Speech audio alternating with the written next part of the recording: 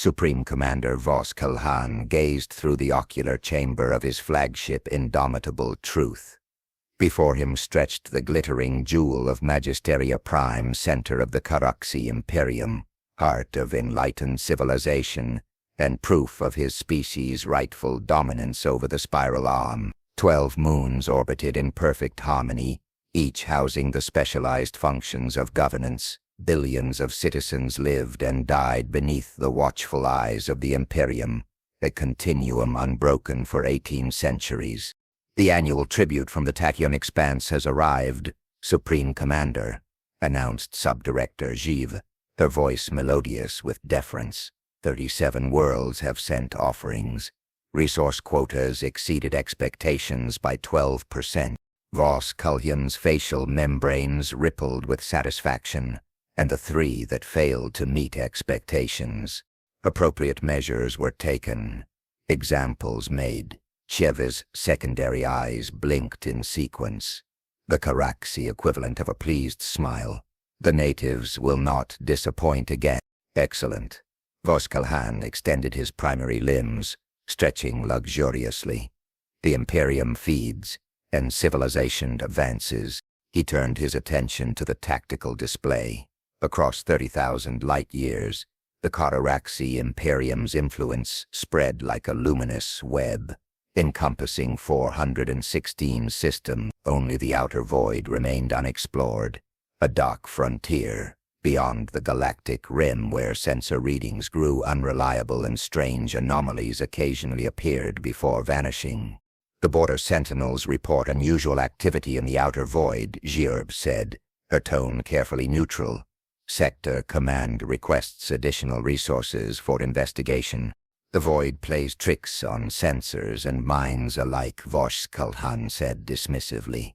Every decade, some ambitious sector commander claims to have found something worthy of attention there. What is it this time? Another ghost signal? More phantom reading? The report mentions energy signatures inconsistent with natural phenomena. And there is mention of the Vos Kalhan's dorsal ridge stiffened. Superstition has no place in Imperium reports. Have the sector commander replaced. With respect, Supreme Commander, this officer has an exemplary record, and the readings were verified by 3 independent monitoring stations. Then they require recalibration. The myth is precisely that, a story to frighten juveniles. Vos Kalhan waved dismissively. The legend of the Terrans is useful for instructional purposes, a cautionary tale about the consequences of unchecked aggression and technological recklessness. Of course, Supreme Commander. The historical record is clear. If such a species ever existed, they perished during the cleansing wars.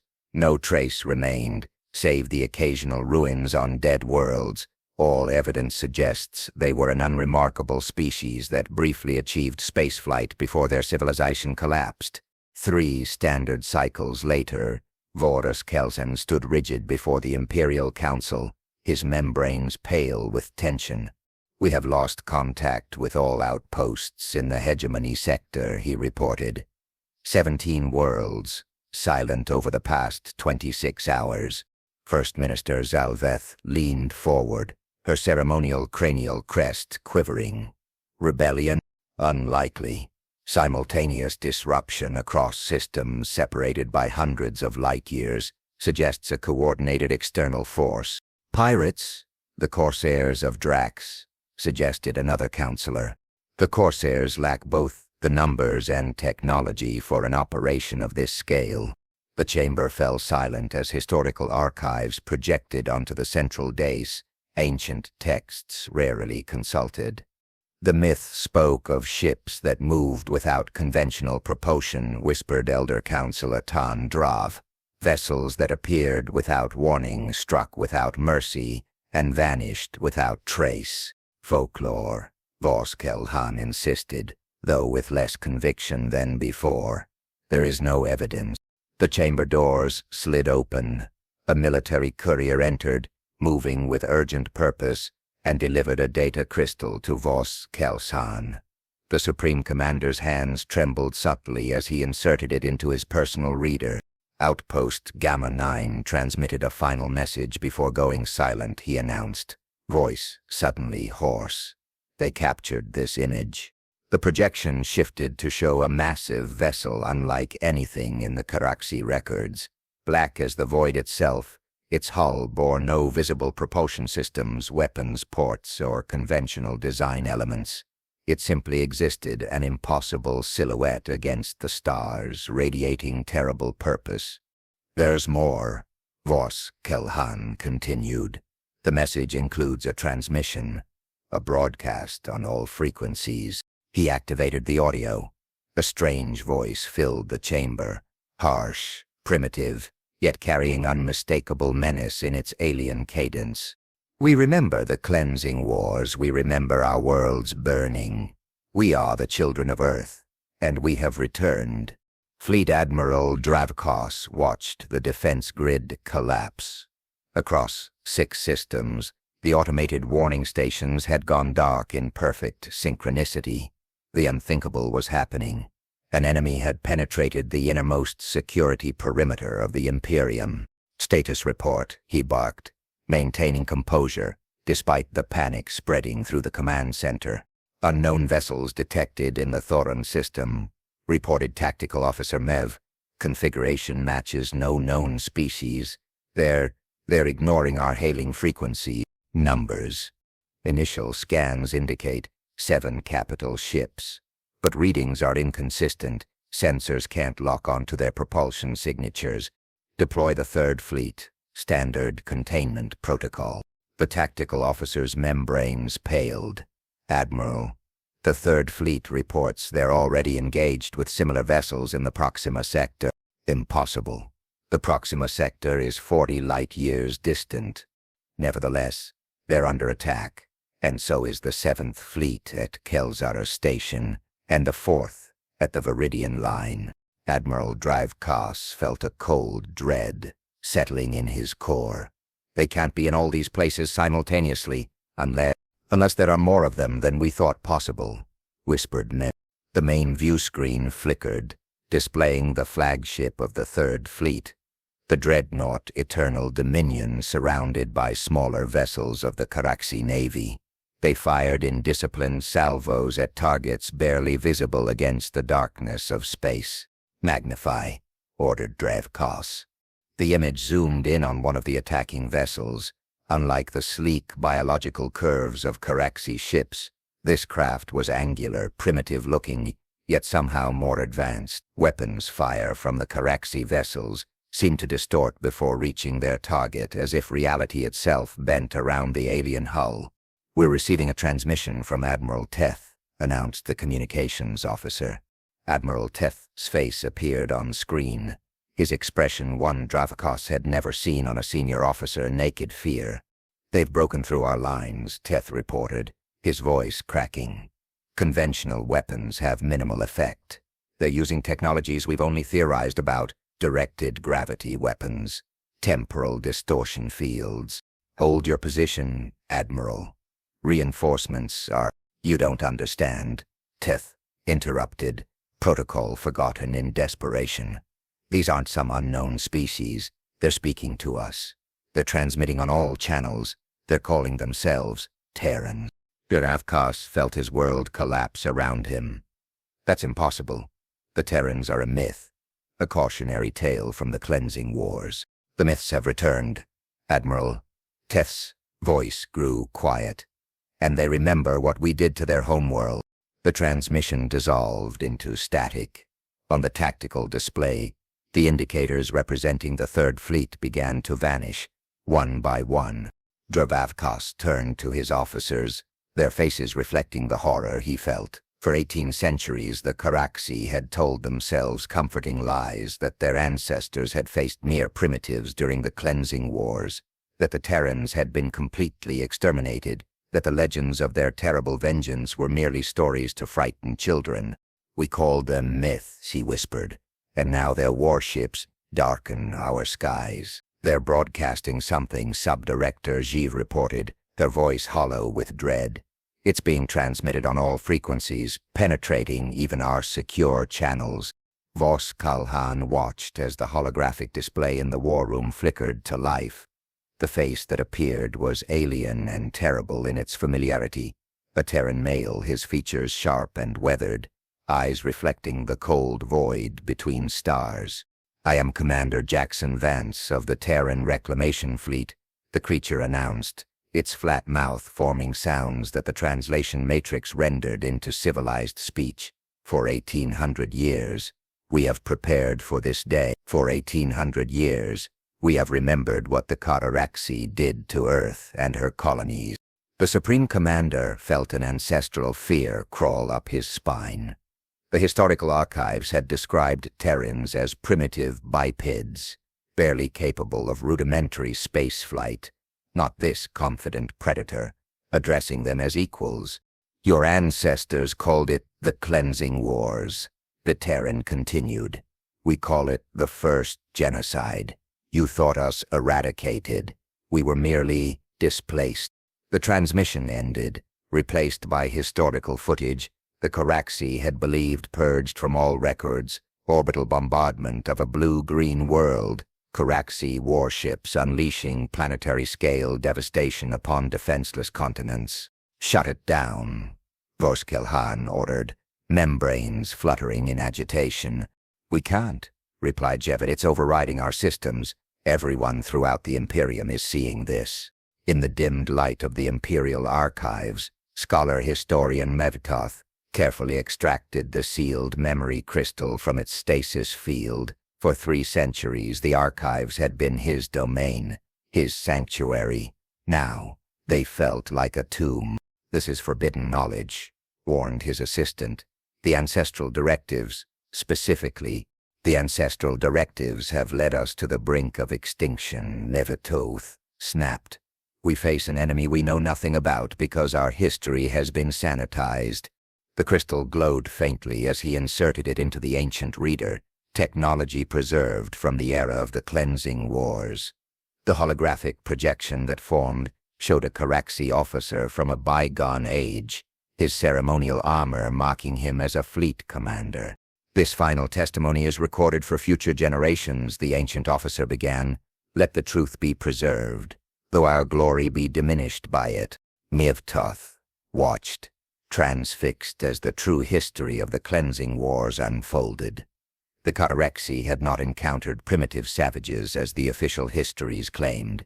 They had discovered a rapidly advancing species whose technological growth threatened to outpace their own within decades.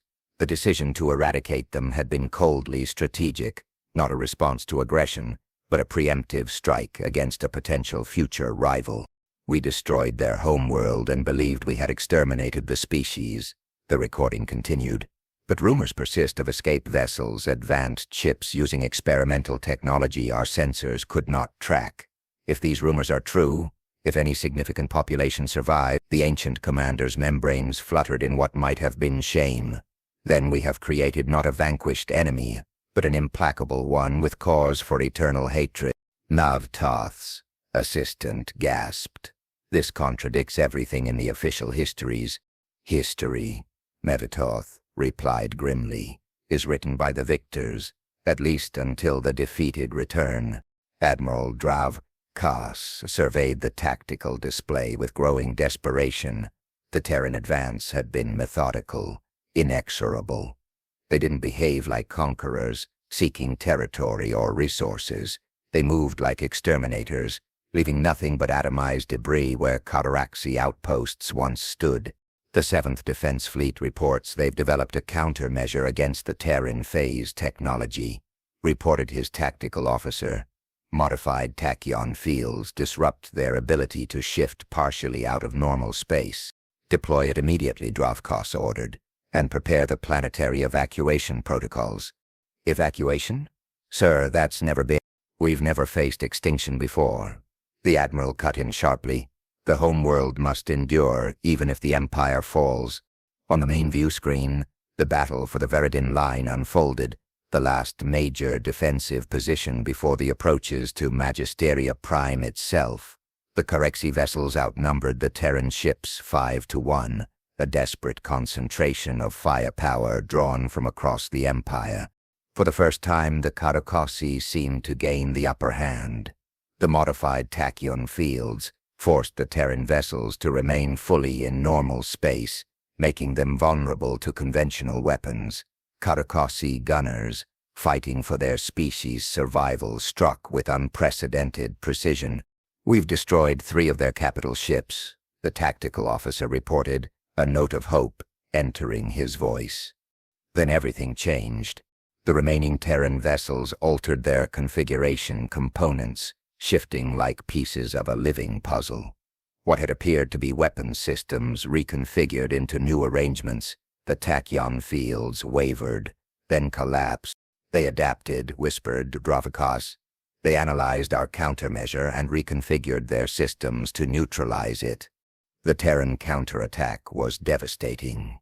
Not content with merely destroying the Caraxi fleet, they implemented a form of psychological warfare that struck at the core of Caraxi identity. Each Caraxi vessel received personalized messages moments before destruction, the names of Terran worlds their ancestors had destroyed, population counts of the innocent lives extinguished, and in some cases direct addresses to ship commanders by name, revealing intimate knowledge of Caraxi command structures. "How can they know so much about us?" demanded a junior officer. "They've had 18 centuries to study us," Dravikos replied. "While we forgot them, they made us their singular purpose." Deep within the Terran flagship Reclamation, Commander Jackson Vance studied the neural feed displaying the Caraxi homeworld, billions of lives, most innocent of the crimes committed by their ancestors. The irony wasn't lost on him. "The targeting solutions are ready," reported his executive officer, William Stern. "We can begin planetary bombardment once we breach their final defensive line." Vance nodded silently, his eyes never leaving the image of the alien world. "Having doubts, sir?" Stern asked, his voice carefully neutral. "Doubts? No." Vance's tone was measured, controlled. "But I'm reminded of something my great-grandfather told me. He was part of the original exodus from Earth, one of the few who remembered our homeworld firsthand." "What did he say, sir?" "He said that our greatest challenge wouldn't be surviving or rebuilding or even developing the technology to return. It would be remembering our humanity while dedicating our lives to revenge." Vance finally turned to face his officer. "We've spent nearly 2 millennia becoming the perfect instrument of vengeance. I sometimes wonder what we've lost along the way." Stern's expression hardened. "They gave us no choice. You've seen the archives, the transmissions from Earth's final days. They attacked without provocation, without warning. I know, and tomorrow we'll complete our mission." Vance turned back to the neural feed. "But perhaps we should consider modifications to the final phase." "Sir?" "The complete eradication of their species would make us no better than they were. Perhaps some form of containment would serve justice equally well." Before Stern could respond, the tactical alert sounded. The final Caraxi defensive line was deploying, a desperate last stand before their homeworld. "They're deploying a new weapon," reported the tactical officer. "Energy signatures indicate they're sacrificing their planetary defense grid, channeling all power into some form of massive disruption field." Vance nodded grimly. "They're getting creative in their desperation. All ships, battle formation Delta, prepare for the final approach." On Magisteria Prime, in the sacred chamber of ancestral wisdom, First Minister Zaloveth confronted the holographic representation of the Supreme Commander. "You wish to deploy the Sundering?" she asked, her voice quavering. "You understand what this means?" "I do," replied Voskelsian. "The weapon will tear a temporary rift in space-time. Everything within the target zone will be cast into the void between dimensions, including our own defense forces. A suicide attack. A necessary sacrifice. Our conventional forces cannot stop them." His membranes fluttered with grim determination. "I will lead the attack personally." The First Minister performed the sacred gesture of ultimate respect. May your sacrifice preserve the Imperium. When the transmission ended, she turned to scholar historian Mevatoth, who waited silently in the shadows of the ancient chamber. "You've seen the true records," she said. "If we survive this, will we be worthy of survival?" "That," replied Mevatoth, "may be the most important question our species has ever asked. Perhaps the answer begins with truth, however painful." Outside, the night sky of Magisteria Prime blazed with the light of distant explosions as the final battle began. The myths had returned, and with them, the long-delayed consequences of ancient crimes, whatever tomorrow brought extinction or mercy. The Karaki Imperium, as it had existed for 18 centuries, was already gone, consumed by the fire of its own forgotten history. The sundering detonated with apocalyptic brilliance at the edge of the Magisteria system. Space itself convulsed as the Caraxes' desperate final weapon tore a ragged hole in reality. A third of the Terran fleet vanished instantly, along with Supreme Commander Vos Kelhan's suicide armada, swallowed by the howling void between dimensions. On the bridge of the Reclamation, Commander Jackson Vance steadied himself as reality stabilized around them.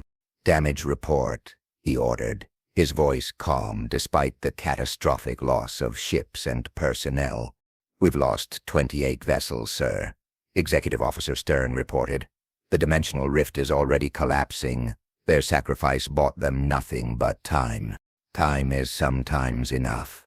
Vance's eyes narrowed as he studied the tactical display. Status of the magisterial defense grid: depleted. They channeled everything into the Sundering.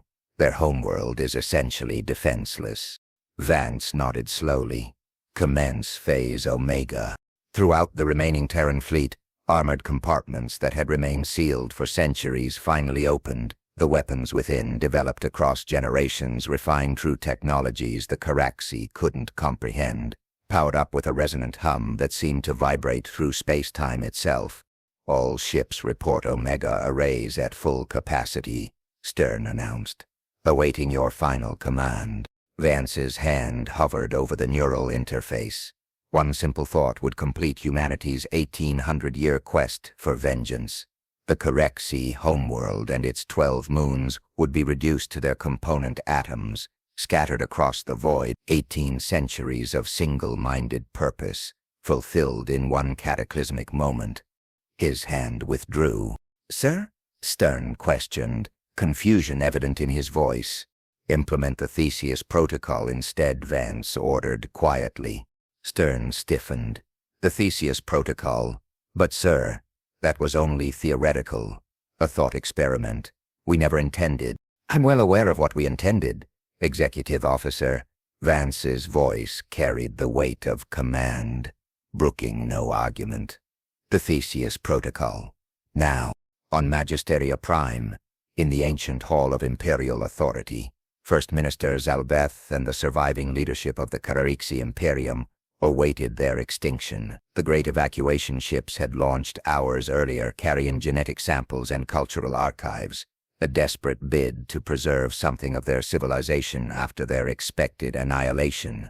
"The Terran vessels have surrounded the planet," reported the lone remaining tactical officer. "They're deploying some form of technology we cannot identify. Not weapons, at least. Not any we recognize." Mevatoth, the scholar historian, stepped forward. "Perhaps they intend something worse than death." "What could be worse?" asked Zalveth. Before Mevatoth could answer, the chamber filled with blinding light. When it faded, a Terran stood before them. Not physically present, but as a projection of unprecedented realism. Commander Vance surveyed the assembled Caraxi leadership, his alien face unreadable to them. "Your ancestors committed genocide against my species," he stated without preamble. "For 18 centuries we have carried the memory of Earth's destruction. We have lived for one purpose, to return and deliver justice." "We understand," Zalveth replied, her membranes flat with resignation. "We ask only that you spare our colony worlds." The inhabitants there bear no responsibility. We're not here to negotiate, Vance interrupted. We're here to inform you of your sentence. The air shimmered as another projection appeared, a strange device hovering above the planet. This is the Theseus Array, Vance explained, named after an ancient Earth philosopher's paradox about identity. In approximately 12 minutes, it will activate. Every Caraxi on this planet and throughout your empire will experience something unprecedented. Mavenif Toth stepped forward, scholarly curiosity momentarily overriding fear. What will it do to us? It will rewrite you, Vance said simply. Not your bodies, but your minds, your neural architecture. The changes will cascade through your collective consciousness. Every Caraxi alive will receive the complete, unfiltered memory of Earth's destruction, not as historical record, but as lived experience. A murmur of horror spread through the chamber. You will remember looking up at Caraxi warships from the surface of Earth. You will remember the terror of planetary bombardment. You will remember watching your children die. You will carry these memories alongside your own, forever. That's monstrous, whispered Zalveth. It's justice, Vance countered. Not revenge, but understanding. We could destroy your species as you attempted to destroy ours. Instead, we choose to transform it. The Caraxi who survive today will be the last generation of your kind who think as you do now. Your children will be born with a neural architecture forever altered, with the capacity to truly understand the consequences of what your ancestors did. As the projection faded, Vance's final words lingered in the chamber. We return to you the one thing your ancestors tried to erase: memory. 5 years later, Jackson Vance walked alone through the memorial gardens of New Terra, the human colony established at the edge of what had once been Caraxi space. Above him, the skeletal remains of Earth, reassembled from scattered fragments by Terran technology, hung in the night sky, a monument and reminder. He paused before a simple monument, a statue depicting not triumphant human warriors, but a Caraxi and human child, hands clasped in what both species now recognized as a gesture of reconciliation. I thought I'd find you here, said a familiar voice. Vance turned to see William Stern approaching along the garden path. His former executive officer had resigned his commission after the implementation, unable to reconcile himself with Vance's decision. The 5th anniversary, Vance acknowledged. It seemed appropriate to reflect. The Caraxi ambassador arrived today, Stern said, his tone carefully neutral. Apparently, she requested you specifically for the negotiations. Mev Toth. She was a historian before the implementation, one of the few who already suspected the truth about their history. And now she represents the Transitional Council. The Imperium is gone, replaced by something different. Vance gestured to the reports he held. Their birth rate has fallen by 60%. Many Caraxi choose not to reproduce, unwilling to bring children into a world with such a burden of memory. Some would call that a slower genocide, Stern observed. Perhaps. Or perhaps it's evolution. Vance's gaze returned to the memorial. They're changing, William. Developing technologies focused on healing rather than conquest. Their art, their literature, their philosophy, all transformed by the capacity to hold contradictory truths simultaneously, to be both victim and perpetrator in their understanding of themselves. And what about us? Stern asked. What has your grand experiment in justice done to humanity? Vance smiled sadly. That's the question, isn't it? For 18 centuries we defined ourselves by a single purpose. Now that purpose is fulfilled, but not as we imagined. We're adrift, searching for meaning beyond vengeance. The Continuity faction gains supporters every day, Stern warned. Many believe we should have simply destroyed the Caraxi and been done with it. I know. That's why I've recommended suspending the terraforming project on New Earth. Stern's eyebrows rose in surprise. The colony project? But that's been the dream for generations, to rebuild what we lost. A dream based on selective memory, Vance replied. We remember Earth as paradise lost. The reality was more complex. We were not the innocents our histories portray. Vance handed Stern a small data crystal, an antiquated storage medium, deliberately chosen for its symbolic weight. Before you make your decision about joining the Continuity faction, you should review this. It's from the sealed archives, accessible only to the commander of the Reclamation Fleet. What is it? The complete record of humanity's first contact with the Caraxi, unaltered by 18 centuries of justifying narrative.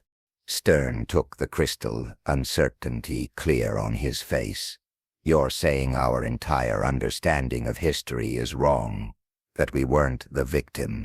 I'm saying history is written by survivors, Vance replied, and survivors tell themselves the stories they need to endure. He looked up at the reconstructed skeleton of Earth hanging in the night sky. The Theseus array doesn't only alter Caraxi neural architecture, its effects are symbiotic, creating a feedback loop through a quantum entanglement we didn't anticipate. What are you saying? With each passing year, more humans report dreams, memories that aren't their own. Memories of looking down at Earth from Caraxi warships. Memories of making the decision to fire. Vance turned to face his former officer directly.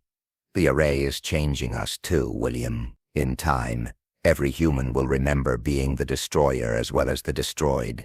That's the final justice and the beginning of something neither species could have imagined.